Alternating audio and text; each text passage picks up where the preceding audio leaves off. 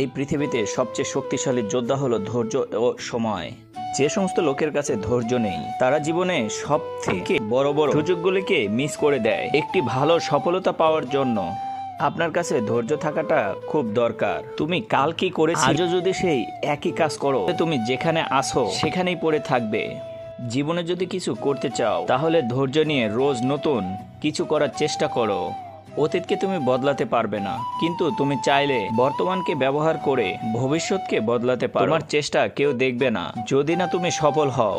অন্ধকার হলেও ধৈর্য ধরে বসে থাকো ভোর আসার জন্য।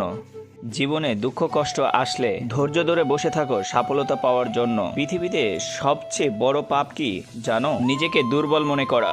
নিজেকে কখনো দুর্বল মনে করো না। ধৈর্য আর নিজের প্রতি বিশ্বাস নিয়ে কাজ করে যাও।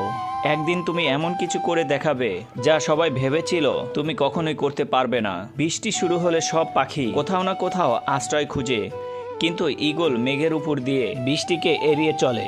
ঠিক তেমনি তোমার সামনে যত বাধা আসুক না কেন, ঈগলের মতো সকল বাধা মোকাবেলা করে এগিয়ে যেতে হবে। যদি তুমি জল দিয়ে গোসল করো তাহলে শুধু শরীরের ভাব বদলাবে, কিন্তু তুমি যদি ঘাম দিয়ে গোসল করো তাহলে পুরো ইতিহাস বদলাবে।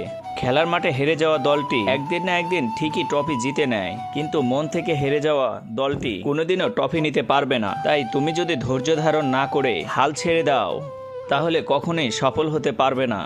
ধৈর্য হলো সফলতার একটি প্রধান শর্ত।